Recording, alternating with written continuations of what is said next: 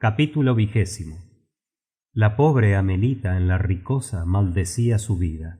Tan pronto como emprendieron el viaje, doña Josefa le hizo comprender que no podía esperar de ella ni la antigua amistad ni el perdón para su falta. Apenas instaladas en la quinta, la vieja se tornó intratable. Si Amelia intentaba prodigarle algún cuidado, si le arreglaba las almohadas o la tapaba con el chal, doña Josefa la rechazaba secamente. De un modo cruel, a cada momento se lamentaba del triste cargo que Dios le mandaba al fin de sus días. Apenas hablaba, y no volvió a tutear a Amelia, que, desesperada, acusaba al párroco de haberla entregado a la ferocidad de aquella vieja virgen, prometiéndole que su madrina sería para ella toda caridad y silencio. Pasaba los días encerrada en el caserón, aquellos tristes días cuyas horas parecían no tener fin. Antes de acostarse, todas las noches recorrían la casa, cerrando las puertas por miedo a los ladrones. Y entonces empezaba para Amelia la hora de los terrores supersticiosos. Oía ruidos inexplicables. Ya era el suelo que crujía bajo unos pasos precipitados, ya era la vela que de repente se apagaba por el soplo de un invisible aliento, o bien escuchaba lejos el golpe sordo de un cuerpo que cae.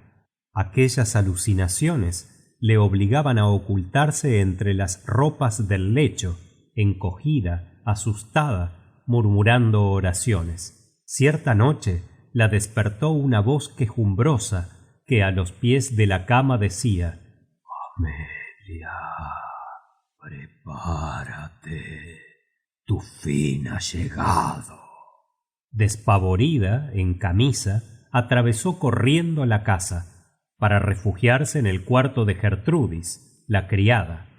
A la noche siguiente, cuando comenzaba a dormirse, volvió a escuchar la misma voz sepulcral: «Amelia, piensa en tus pecados. Prepárate, Amelia».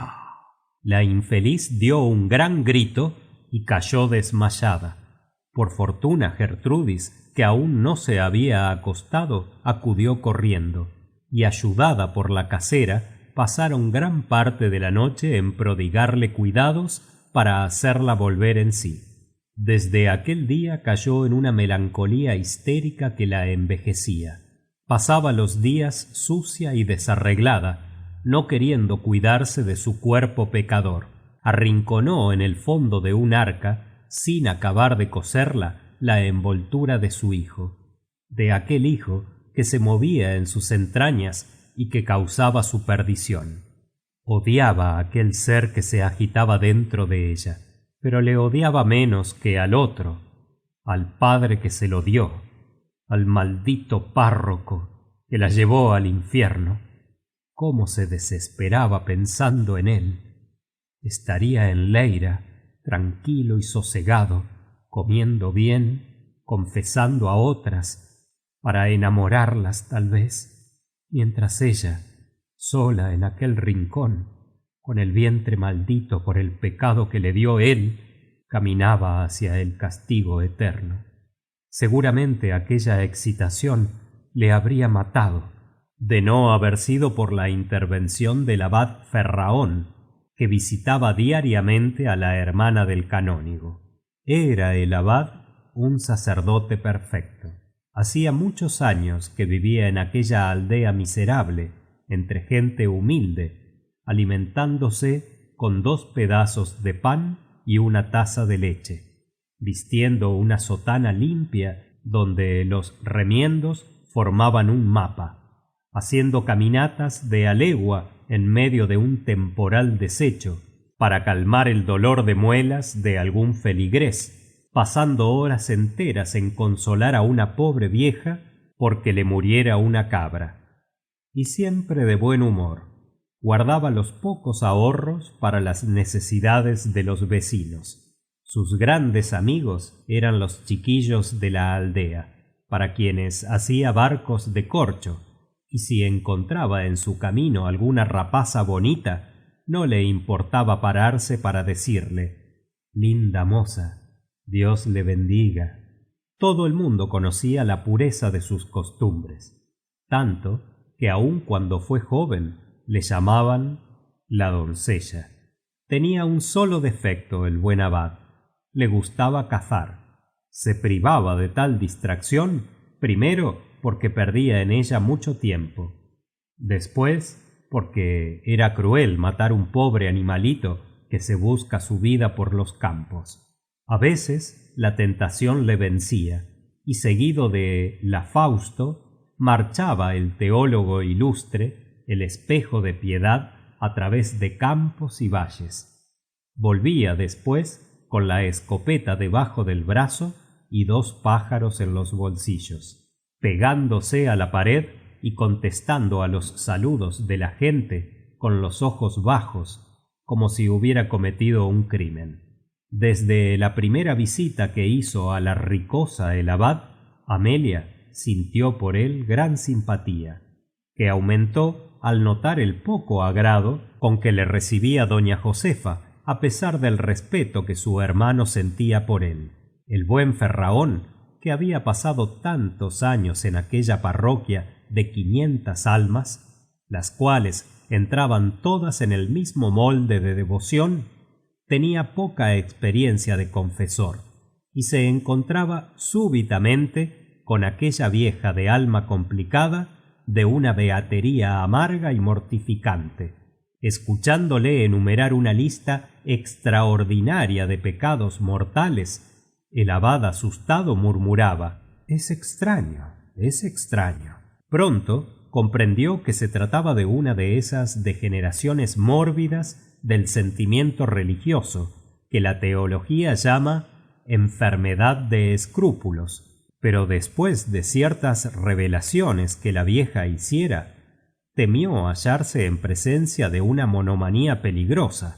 Instintivamente, con ese horror especial que los sacerdotes sienten hacia los locos, el abad apartaba su silla cuando doña Josefa le hablaba, y concluyó por entrar un breve momento en su cuarto, para preguntarle por la salud o hablar del tiempo. Después se despedía e iba en busca de Amelia, con quien conversaba un rato en la terraza. Viéndola siempre triste, se interesó por ella, y para Amelia las visitas del abad eran la única distracción que tenía en aquel destierro. Le contaba sus terrores nocturnos, los ruidos que oía en la casa, la triste voz que le amenazaba. El abad, medio en broma, le reprendía: ¡qué vergüenza! Una señorita que se asusta del coco, como los niños. Vamos, hija mía, es preciso dominar esa imaginación. Cierto que en el mundo hubo milagros, pero Dios no se ocupa en hablar de esa manera detrás de una cama, ni permite que el demonio hable.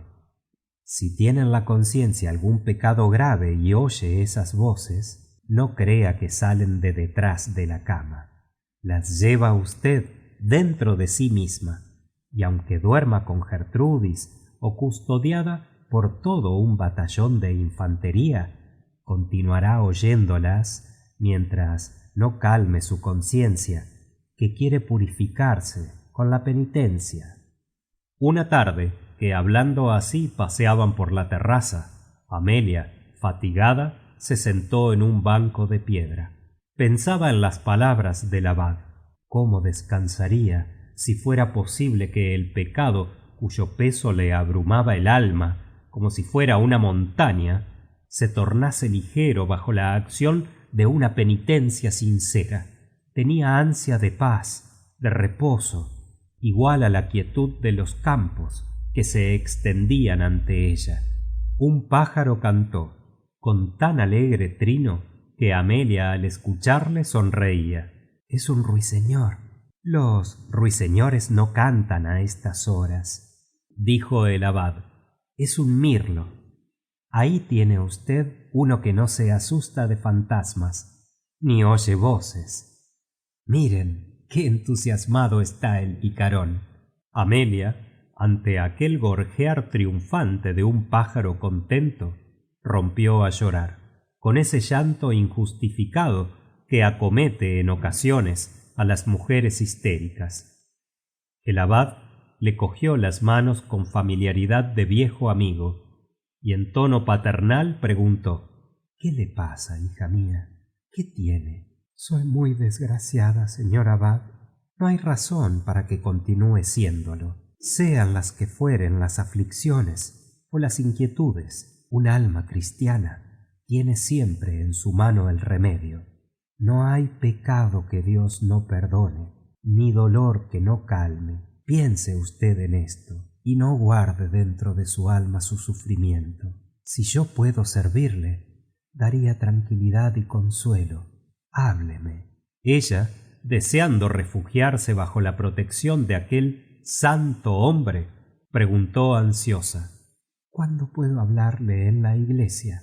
Cuando quiera. Yo no tengo hora para consolar. La iglesia está siempre abierta y Dios en ella siempre presente. Al día siguiente, por la mañana temprano, antes de que la vieja se despertase, Amelia fue a la iglesia y durante 2 horas estuvo postrada en el pequeño confesionario de pino, que el buen abad, con sus propias manos, pintara de azul obscuro, llenándole de quiméricas cabecitas de ángeles que por orejas tenían alas. Fin del capítulo 20. Capítulo 21. El padre Amaro terminaba de comer cuando la criada le anunció que una persona deseaba hablar con el señor párroco. Era Dionisia, que hacía algún tiempo no había ido por allí. Amaro salió a recibirla y cerró la puerta cuando ella hubo entrado. Gran novedad, señor párroco. Vengo corriendo porque es noticia grave. Juan Eduardo está aquí. Le vi esta mañana y me informé de cómo ha venido. Da lecciones a los hijos del mayorazgo de Pollaes. Si vive allí o si va por la mañana y vuelve de noche, es lo que no sé aún. Me pareció avisar al señor párroco porque el día menos pensado el mozo se encuentra con Amelia en la Ricosa, que es camino para la casa del mayorazgo. Valiente bestia, murmuró Amaro con rencor. Ahora que no hace falta se presenta. No se había marchado al Brasil. Por las muestras no, porque lo que yo he visto no era su sombra, sino su cuerpo de carne y hueso. Conviene que el señor párroco avise a la rapaza. No vaya a plantarse en la ventana y el otro la vea. Amaro entregó a la matrona 2 pesetas y 1/4 de hora después iba camino de la Ricosa. Cómo palpitaba el corazón de Amaro cuando avistó la casona amarilla recién pintada. Iba a ver a su Amelia después de 2 largas semanas. Y se regocijaba pensando en las palabras apasionadas con que la pobre caería entre sus brazos. Antes de que llamara, salió a recibirle Gertrudis, que llena de alegría por ver una visita querida en aquel destierro, gritaba: «¡Oh, señor párroco! ¡Entre, señor párroco! Gracias a Dios que le vemos. Señora, aquí está el señor párroco». Amaro entró en el cuarto de la vieja, una habitación enorme, donde en un rincón se perdía el sillón que ocupaba la vieja todo el día arrebujada en su mantón. ¿Cómo está, doña Josefa? ¿Qué tal vamos? Ya ve, señor párroco, murmuraba la vieja. Aquí me tiene, arrastrando este mal. ¿Y usted qué tal? ¿Cómo no ha venido por aquí? Amaro se disculpó con los quehaceres que le imponía su obligación. Mientras hablaba, contemplando aquel rostro lívido encerrado en una horrible toca de encaje negro, comprendía lo mucho que Amelia debía sufrir en semejante compañía. Preguntó por ella. Ahora vendrá. Estará ocupada porque hoy es día de limpieza. Amelia apareció vistiendo una bata antigua de merino rojo. Cubría sus hombros un chal. Vivo rubor coloreaba sus mejillas. Con voz queda balbuceó: «Perdone usted, señor párroco, como estamos de arreglos de casa, no pude salir antes». Estrechó entre la suya la mano que Amaro le tendía, y permanecieron los dos mudos, como si estuvieran separados por la distancia de un desierto. Para romper aquel silencio enojoso, Amaro le preguntó cómo estaba. «Así, así. Esto es muy triste. Como dice el señor abad, demasiado grande para vivir lejos de la familia». «Nadie vino aquí para divertirse». La vieja decía esto sin abrir los ojos. Amelia bajó la cabeza palideciendo, y el párroco, comprendiendo que doña Josefa mortificaba a su ahijada constantemente, dijo severamente: «Cierto que nadie venía a divertirse, pero tampoco a entristecerse voluntariamente, ni a amargar la vida de los demás con malos modales. Eso sería una horrible falta de caridad, y no hay pecado peor que ese para los ojos de nuestro Señor. Quien obra de ese modo no es digno de la gracia de Dios». La vieja rompió a llorar muy contrita, murmurando: «Tiene razón, señor párroco, tiene razón. A veces no sé lo que digo. Son manías de enferma». «Bueno, bueno, señora, nada de afligirse. Cuidarse mucho, comer bien y tratar de ver todo de color de rosa, que la misericordia de Dios no ha de faltarle. Yo volveré por aquí con frecuencia». «Ay, sí, señor párroco, vuelva pronto». Amelia le tendió la mano para despedirse, pero Amaro, bromeando, le dijo: «Señorita Amelia, si no le molestase a usted mucho, yo le rogaría que me acompañe, porque no conozco el camino y me pierdo en este caserón». Salieron los dos. Apenas se vieron solos, Amaro se detuvo. «La maldita vieja te amarga la vida, ¿verdad?» «¿Qué otra cosa merezco yo?», respondió Amelia bajando los ojos. «Pobre Amelia mía, si supieras cuánto he sufrido». Hablando de esta suerte, trató de darle un beso en el cuello, pero ella le rechazó turbada. «¿Qué es esto, Amelia? ¿Por qué no quieres darme un beso? ¿Estás loca?» «No, señor párroco, déjeme. Aquello acabó. Basta ya de pecar. Quiero morir en gracia de Dios». «Pero estás loca. Ven aquí». Otra vez fue hacia ella con los brazos abiertos, y de nuevo Amelia le rechazó retrocediendo hasta la puerta. «Por el amor de Dios, no me toque». El párroco la miró un momento con ira. Después le dijo: «Está bien, como tú quieras, pero tengo que decirte que Juan Eduardo ha vuelto y que pasa por aquí a diario.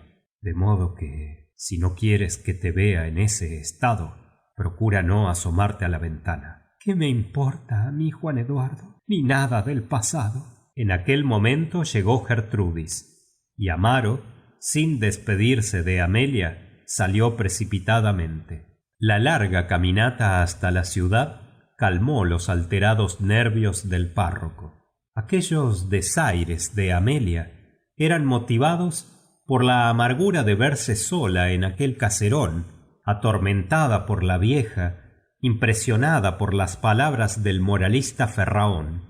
Era una reacción de beata con terrores de infierno y deseos de virtud.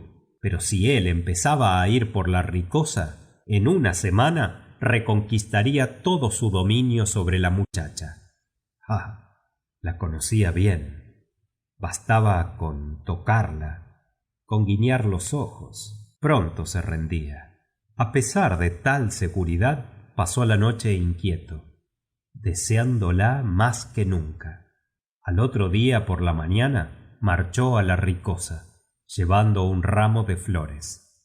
La vieja se entusiasmaba viéndole. Le daba salud la presencia del señor párroco. Si no fuese por la distancia, le rogaría que la visitase todas las mañanas. Amaro sonreía distraído con los ojos clavados en la puerta. ¿Y la señorita Amelia? Doña Josefa respondió con acritud. Salió. Ahora sale todas las mañanas.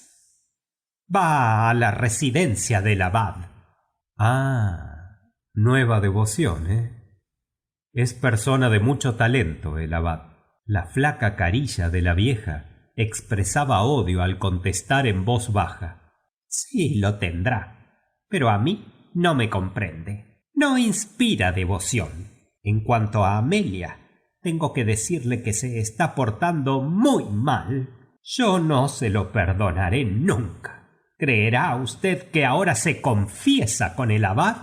Ya ve qué falta de delicadeza, teniéndole a usted por confesor. Es una ingrata, una perdida, después del favor que le estamos haciendo.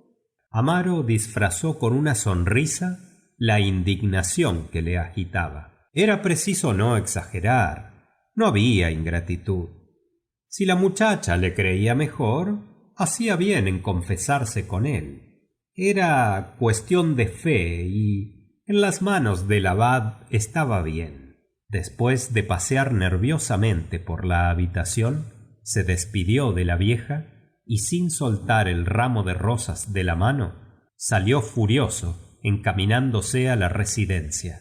No tardó en distinguir a Amelia, que junto a la casa del herrero se entretenía en coger florecillas silvestres. Se acercó a ella con los ojos en llamas y cogiéndola por un brazo le dijo colérico: ¿Qué haces aquí?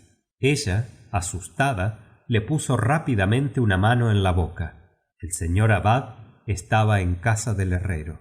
Óyeme, ¿es cierto que te confesaste con ese viejo? Me confesé, sí. No me avergüenza decirlo. ¿Y confesaste todo, todo? Ella, turbada, tuteándole también, contestó. Tú mismo me dijiste muchas veces que el mayor pecado era ocultar algo al confesor. Los ojos de Amaro la devoraban. A través de la cólera que le ofuscaba el cerebro, la veía más linda que nunca. Ardía en deseos de abrazar aquel cuerpo, de morderle los labios encendidos por el aire purísimo del campo. Cediendo a una invasión furiosa de deseo, le dijo: Está bien, confiésate con el diablo si ese es tu gusto. No me importa, pero tienes que seguir siendo la misma para mí. No. Nunca. El cura la sujetaba fuertemente. Ella, desprendiéndose de sus brazos, intentó entrar en casa del herrero. Amaro emprendió el camino de Leira, murmurando entre dientes: Tú me la pagarás, maldita. Cuando llegó a su casa, escribió una carta de 6 pliegos, absurda, llena de súplicas apasionadas, de argucias místicas, de puntos de exclamación y de amenazas de suicidio. Dionisia, que fue a llevarla, volvió sin contestación.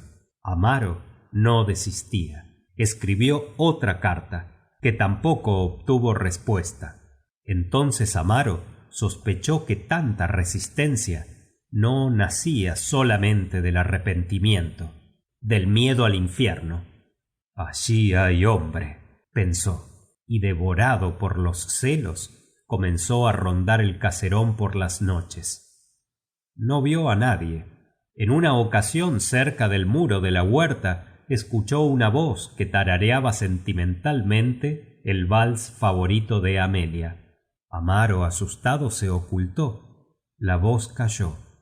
El párroco, acechando, pudo ver que un hombre cubierto con un poncho claro se detenía contemplando las ventanas de la ricosa. Después le vio encender un cigarro y continuar tranquilamente su camino carretera abajo. Por la voz, por el poncho y por el andar, Amaro reconoció a Juan Eduardo, pero tenía la seguridad de que si alguien hablaba de noche con Amelia, no era el escribiente. Doña Josefa empeoró al comenzar el otoño, y el doctor Gouvea fue llamado a la ricosa. Amelia, en un principio, al acercarse la hora de la visita, se encerraba en su cuarto, temiendo que el viejo doctor, aquel hombre de una severidad legendaria, el médico de su casa, advirtiese el estado en que se encontraba. Fue necesario, al fin, entrar en la alcoba de la vieja para recibir instrucciones sobre las horas de los medicamentos y de las comidas. Un día, que acompañaba al doctor hasta la puerta, éste se detuvo mirándola fijamente, y mientras acariciaba su gran barba blanca, le dijo sonriendo: «Yo bien encargué a tu madre que te casara». Los ojos de Amelia se llenaron de lágrimas. «No llores, pequeña, por eso no dejo de quererte. La naturaleza manda concebir, pero no manda casarse. El casamiento es una fórmula administrativa. Vamos ahora a lo que importa. Cuando llegue el momento, si te ves apurada, mándame llamar». Le dio algunos consejos sobre la higiene que debía observar y se disponía a salir cuando Amelia, asustada, le suplicó: «Señor doctor, no se lo diga a nadie en Leyra». El doctor se detuvo. «¿Quieres callar, tonta? No diré nada, mujer. Pero, ¿por qué diablos no te casaste con Juan Eduardo? Te hubiera hecho tan feliz como el que más, y no tenías necesidad de tapujos. Pero, bueno, dejemos eso ya. No te olvides de lo que te he dicho. Mándame llamar y no confíes mucho en los santos, que yo entiendo de eso más que Santa Brígida o que cualquier otra. No tengas miedo. Eres fuerte y darás al Estado un mocetón robusto».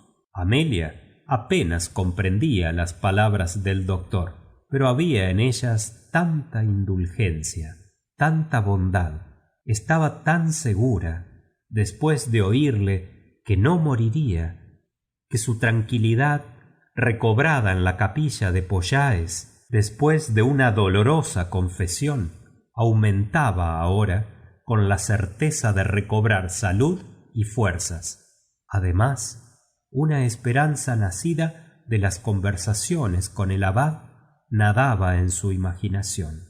¿Por qué no había de ser posible que Juan Eduardo la perdonara? Si la quisiera como antes, ahora que el mayorazgo le protegía, sería una boda espléndida. Decían que iba a ser el administrador de la casa.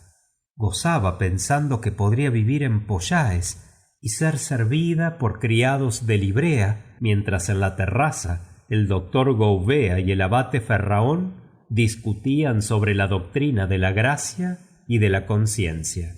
Los sueños de Amelia y las discusiones de los sabios eran arrullados monótonamente por el agua del arroyo que murmuraba en la pomareda. En la primera semana de noviembre comenzó a llover. El abad hubo de suspender sus visitas a la Ricosa, postrado por un reumatismo agudo. El doctor Gouvea iba media hora todas las mañanas. Después escapaba en su viejo cabriolet. La única distracción de Amelia consistía en contemplar la carretera detrás de los cristales. 3 veces vio a Juan Eduardo, que al pasar bajaba los ojos o se ocultaba la cara con el paraguas. Dionisia iba a la quinta con frecuencia. Debía ser la partera, a pesar de que el doctor Gouvea había recomendado a Micaela, comadrona que tenía 30 años de experiencia.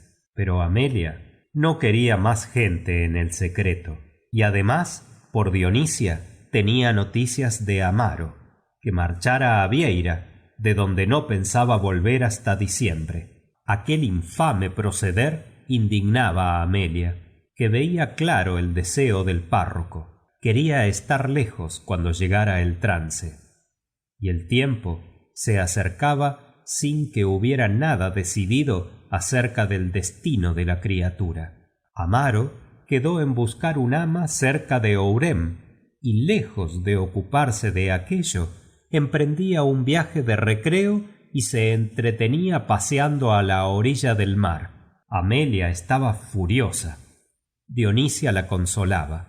No está bien lo que hace el señor párroco. No está bien. Yo pude haber buscado el ama, pero como él se encargó de todo y estas cosas son tan serias, es un infame.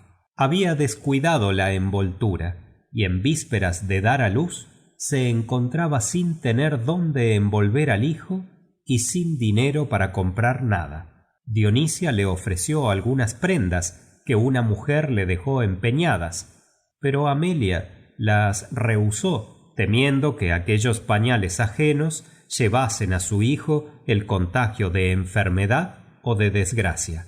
Por orgullo no quería escribir a Amaro, y en esta angustia estaba cuando una tarde después de comer se presentó inesperadamente el señor párroco. Venía magnífico, tostado por el sol y el aire del mar, luciendo balandrán nuevo y botas de charol.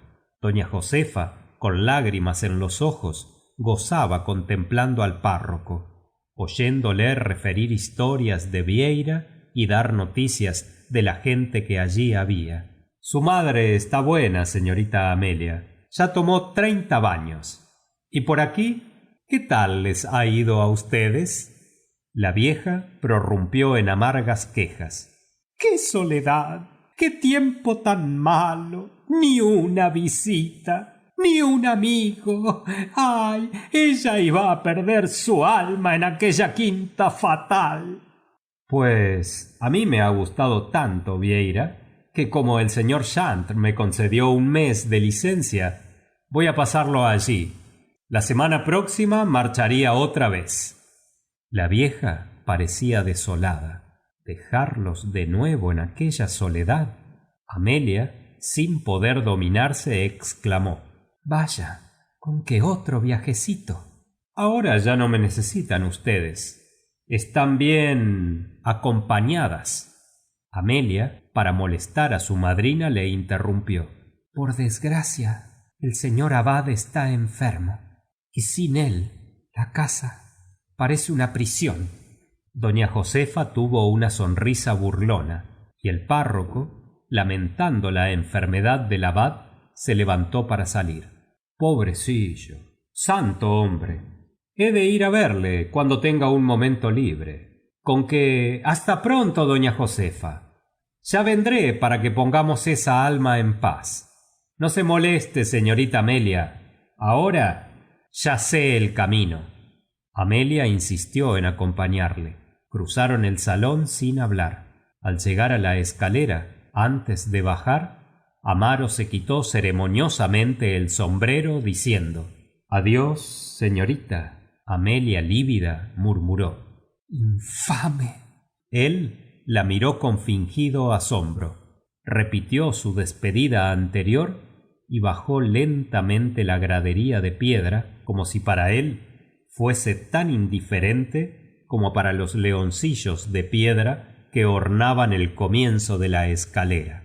El primer pensamiento de Amelia fue denunciarle al vicario general. Después pasó la noche escribiéndole una carta llena de acusaciones y de lamentos. Por toda respuesta, el señor párroco mandó al día siguiente un rapacito para decir que tal vez fuese el jueves por la quinta. Amelia pasó toda la mañana del jueves en la terraza, vigilando la carretera. El párroco apareció al fin. No bien le divisó Amelia, corrió a abrir la puertecilla que había en el muro de la huerta. ¿Cómo? ¿Usted por aquí?, dijo el párroco, subiendo detrás de ella a la terraza. La madrina duerme. Gertrudis marchó a la ciudad, y como estoy sola, pasé toda la mañana tomando el sol. Amaro, sin responder, la seguía por el interior de la casa.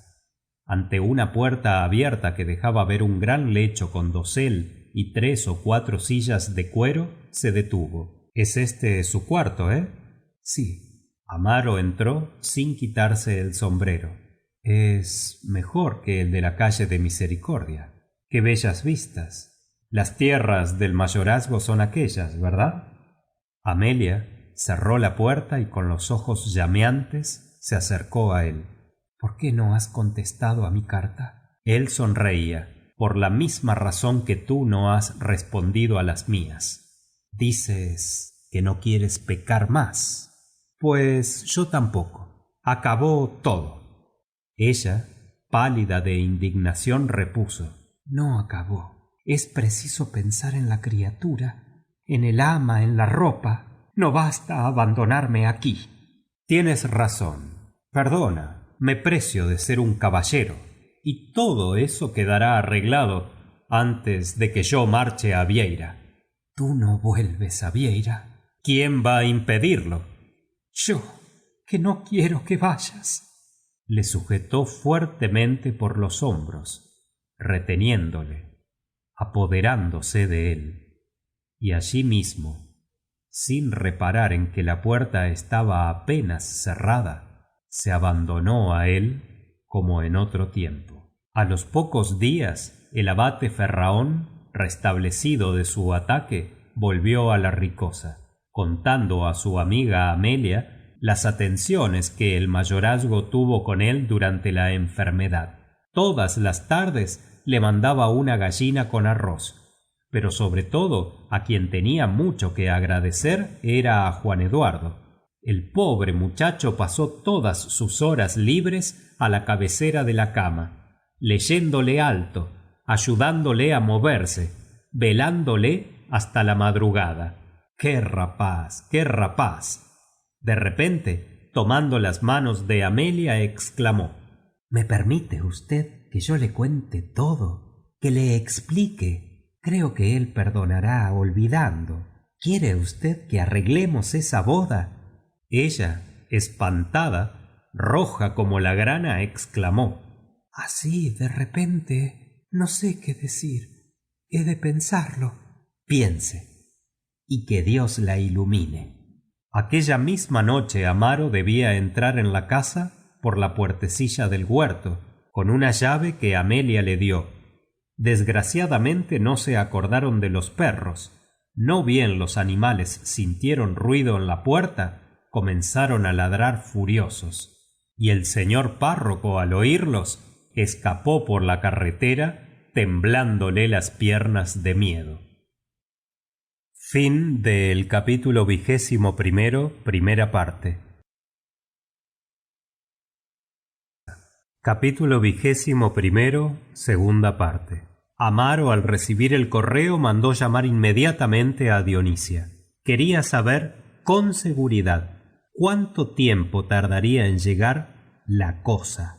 El canónigo le escribía desde Vieira, diciendo que la sanjuanera quería regresar. Empezaba a hacer frío y apenas quedaba gente allí. Quería saber, a vuelta de correo, en qué estado estaba el asunto. Y en una posdata decía: ¿Ha pensado usted en el destino que se ha de dar al fruto? ¿Qué debo contestar, Dionisia? Pues el parto tardará en presentarse 20 días, poco más o menos. Amaro escribió inmediatamente para que Dionisia llevase la carta. Después preguntó: Dionisia, ¿y qué destino hemos de dar al fruto, como dice el canónigo? La matrona le miró asombrada. Yo pensé que el señor párroco lo tenía ya todo arreglado. Creí que llevarían la criatura a criarse lejos de aquí. Claro, claro. En el caso de que la criatura nazca viva, hay que dársela a una ama de alguna aldea lejana. Pero, ¿dónde encuentro yo un ama? Yo deseaba que usted se encargara de eso. Dionisia parecía contrariada. Nunca quiso recomendar amas. Sabía de una, fuerte, con mucha leche, persona de confianza. Se llamaba Juana Carreira, pero no era conveniente porque vivía en Pollaes, al pie de la Ricosa. ¿Y por qué no ha de convenir?, exclamó el párroco. Nada importa que viva en la Ricosa. Cuando Amelia se restablezca vuelve aquí y no se habla más de la quinta. Dionisia trataba de recordar alguna mejor. Sí, sabía otra, en Barrosa, bastante lejos de Leira. Criaba en casa, pero ni hablar de ella quería. El párroco preguntó: ¿Es poco fuerte? ¿Está enferma? Dionisia se acercó al párroco y bajó la voz. Ay, hijo, a mí no me gusta acusar a nadie, pero está probado que el ama de Barrosa es una tejedora de ángeles. ¿Y eso qué significa? Dionisia explicó que así llamaban a ciertas mujeres que recibían criaturas para criarlas en sus casas y, sin excepción, las criaturas morían todas.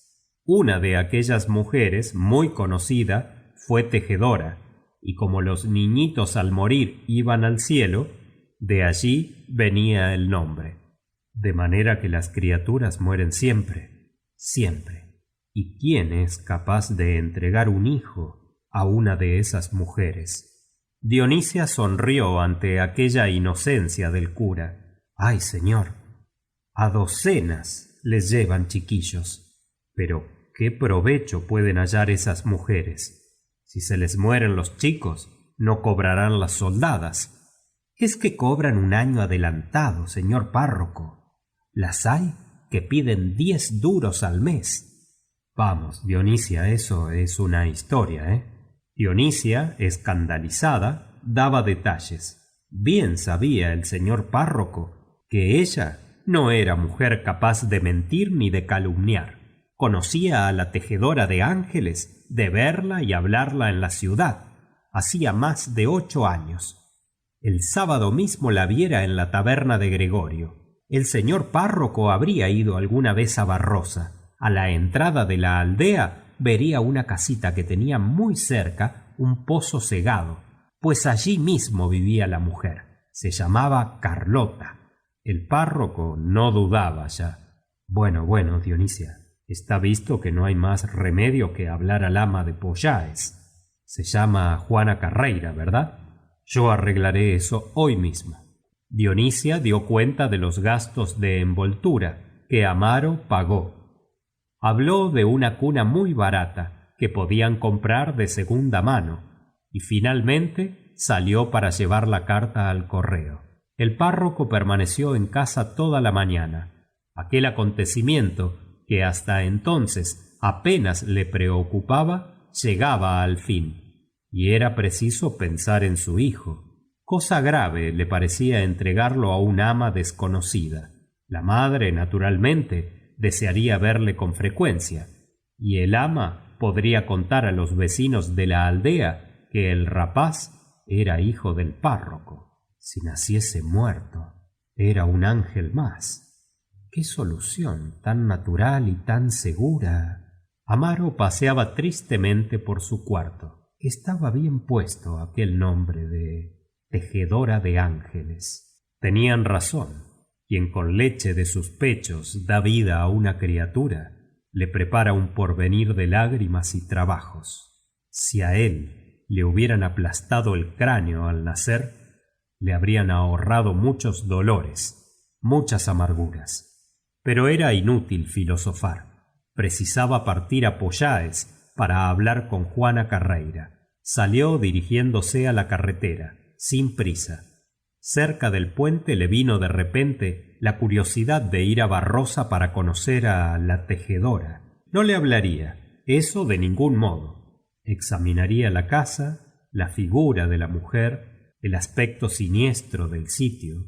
Como párroco, debía observar si había pecado en aquel rincón de la carretera, y si ese pecado quedaba impune y productivo, su obligación era denunciarlo al vicario general o al secretario del gobierno civil. No dudó más. Alquiló un caballo que poco después trotaba por el camino de Barrosa. Cerca ya de la aldea, de improviso, se encontró con Juan Eduardo, que acompañando a los hijos del mayorazgo, montaba una magnífica yegua.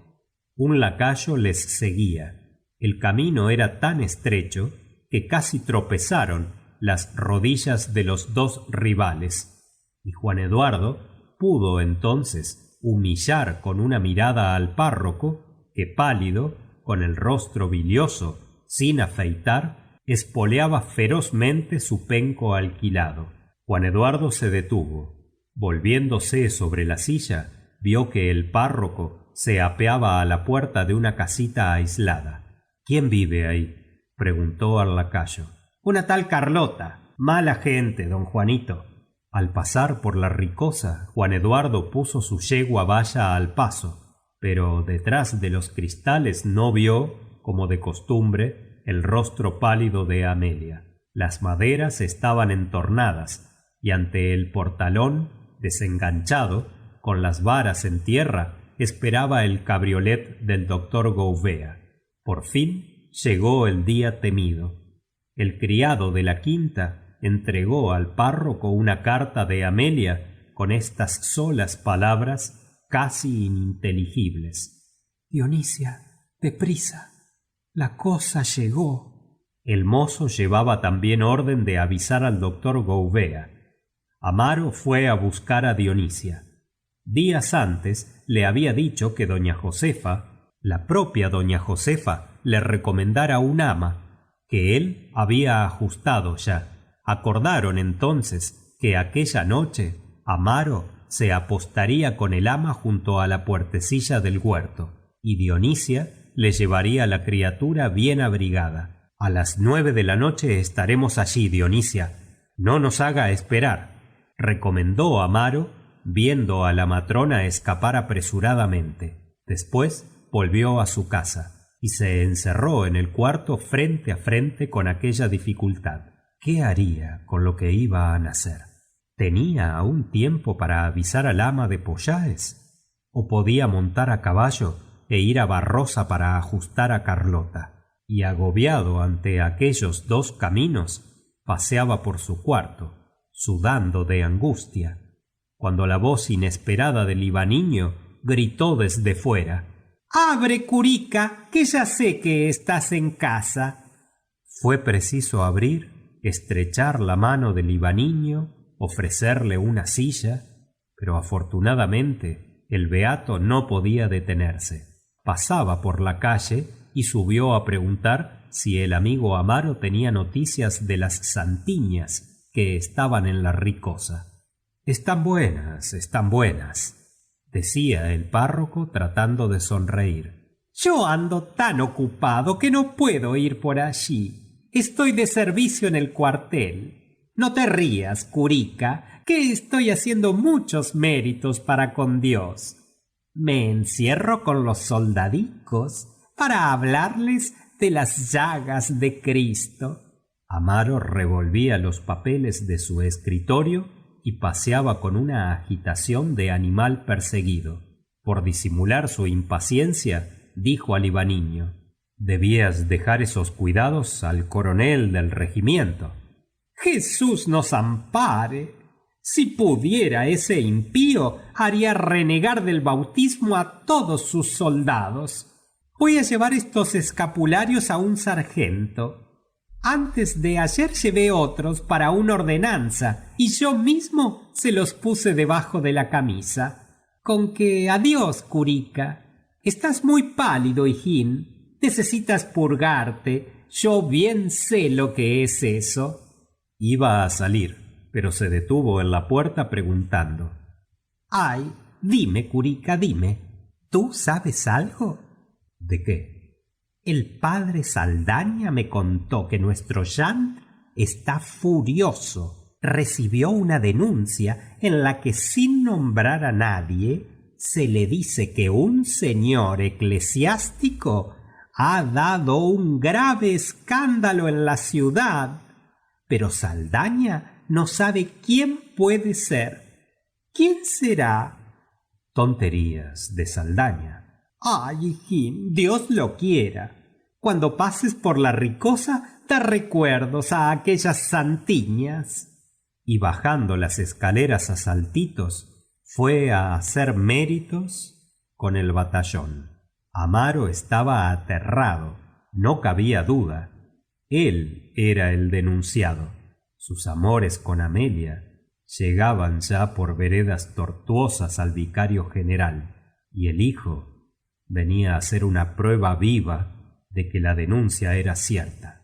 La visita del Ivaniño, que durante 2 años no había ido a verle, se le antojaba al párroco un aviso providencial. Le parecía escuchar una voz que gritaba: «No dejes vivir cerca de ti a quien te trae escándalo. Mira que ya se sospecha algo». Era seguro que Dios reclamaba su ángel por medio de aquel aviso. Y sin vacilar más, Amaro se encaminó a casa de Carlota. Allí permaneció hasta las 4. Cuando regresó a su casa, arrojó el sombrero sobre la cama, como si echara lejos de sí un peso agobiante. Todo estaba acabado. Había ajustado a Carlota, pagándole un año anticipado. No había más que esperar la noche. En la soledad del cuarto le asaltaron bruscamente toda suerte de imaginaciones morbosas. Veía a Carlota estrangulando a su hijo. Veía a la criaturita roja entre las manos de la tejedora. Veía a los agentes de policía desenterrando el cadáver, arrastrándole a él con aquel traje, con aquella sotana, a la cárcel. Tenía deseos de montar de nuevo a caballo y tornar a Barrosa para deshacer el ajuste, pero una inercia le retenía. Nadie le obligaba a entregar el niño a Carlota. Podía llevarle bien abrigado a Pollaes y dárselo a Juana Carreira. Quiso escapar a aquellas ideas que le golpeaban el cráneo con un ruido de tormenta, y salió encaminándose hacia la Ricosa. Una esperanza le sonreía ahora, haciéndole recobrar ánimos. Era el pensamiento de que acaso la criatura naciese muerta, cosa bien posible porque la ansiedad en que Amelia vivía, los disgustos sufridos, debían haber trastornado la gestación. ¿Y si Amelia muriese también? Aquella idea que jamás acudió a su mente le llenó el alma de piedad, de ternura hacia aquella pobre muchacha que tanto le amaba y que por causa de él gritaba entonces dilacerada de dolores. Si ella muriese con su hijo, sería una desgracia, pero aquel pecado, aquel error, caía para siempre en los abismos de la eternidad, y Amaro volvería a vivir tranquilo, ocupado en su iglesia, con una vida limpia y pura como página blanca. Se detuvo junto a una casucha que había en la carretera. Allí debía estar la persona que desde Barrosa venía a buscar al pequeño. No quedó decidido si iría Carlota o su marido, y Amaro temblaba al pensar que fuese aquel hombre de repugnante aspecto quien había de llevar a su hijo. Se acercó a la casucha y llamó. La voz clara de Carlota contestó: «Aquí estoy». «Bien, es necesario esperar, Carlota». Estaba tranquilo. Suponía que nada podía temer si su hijo marchaba abrigado contra aquel seno de cuarentona fecunda, fresca y lavada. Fue entonces a rondar la quinta. Ni un rayo de luz salía por las ventanas del cuarto de Amelia. La noche era obscura. El aire pesado y tibio no movía ni una rama de los árboles. Dionisia no aparecía.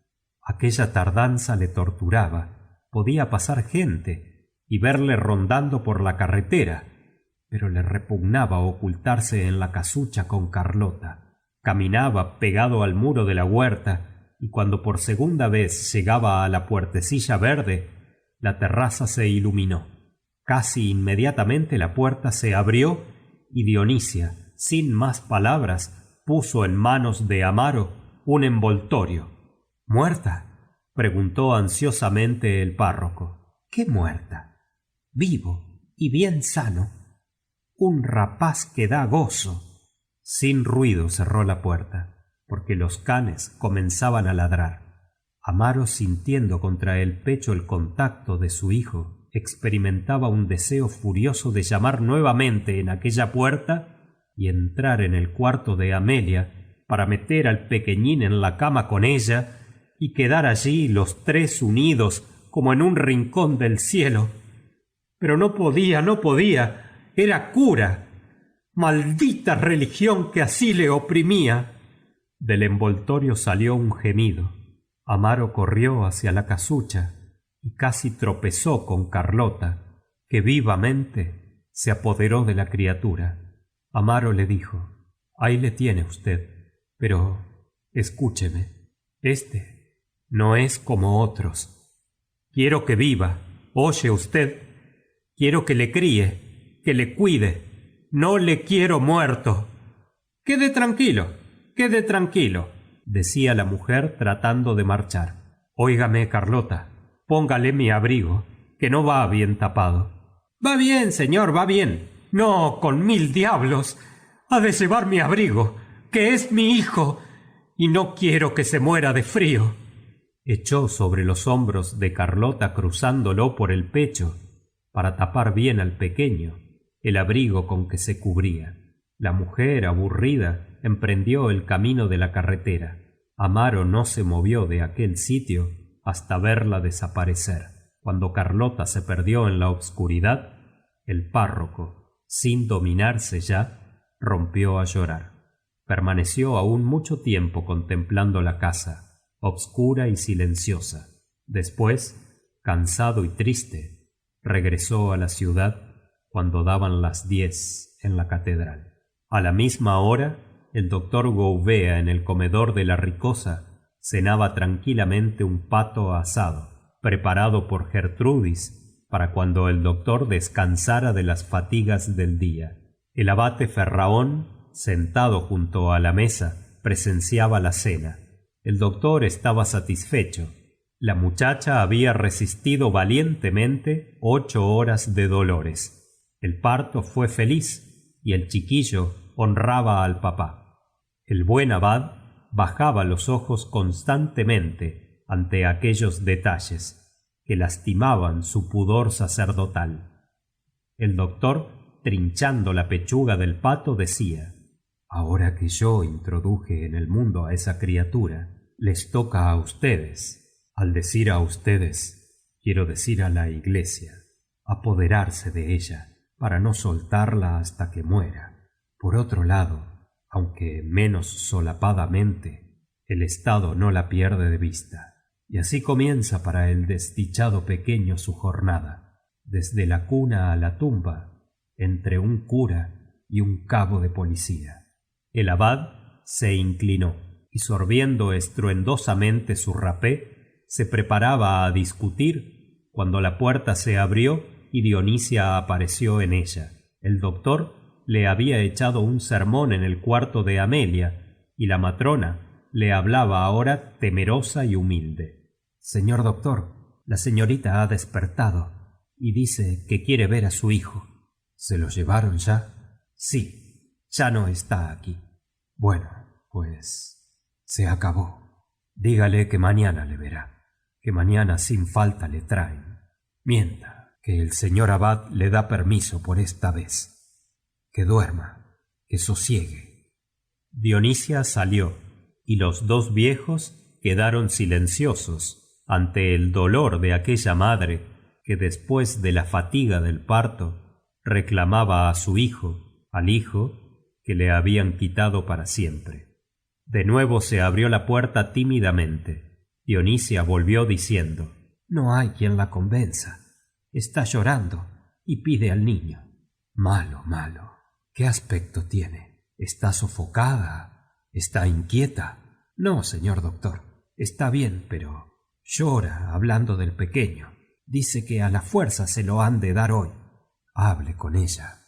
Distráigala. Procure que duerma. Es que se queja de dolor de cabeza.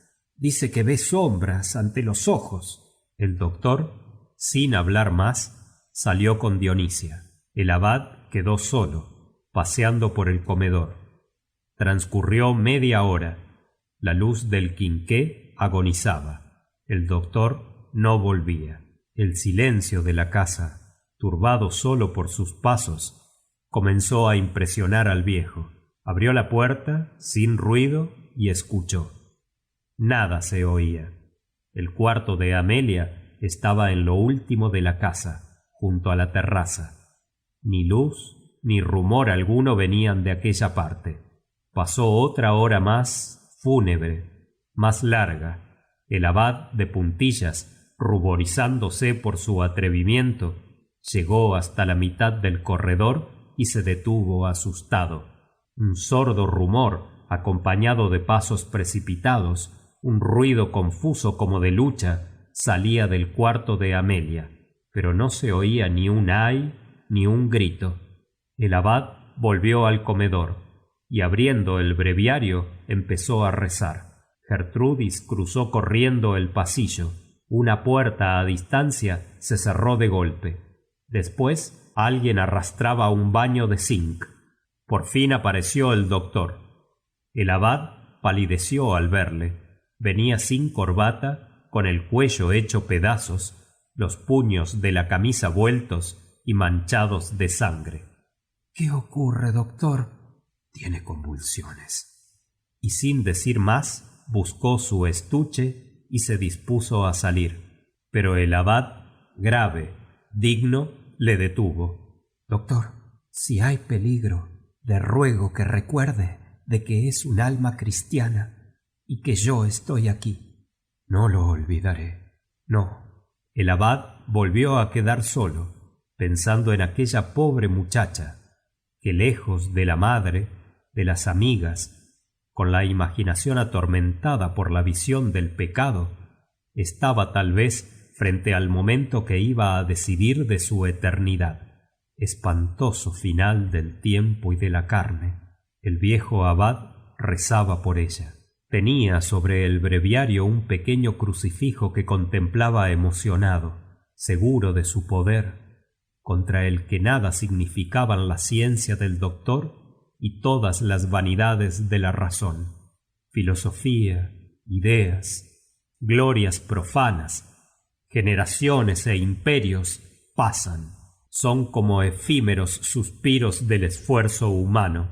Solo la cruz permanece y permanecerá, siendo esperanza de los hombres, consuelo de los abandonados, amparo de débiles, asilo de vencidos, la mayor fuerza de la humanidad, en fin.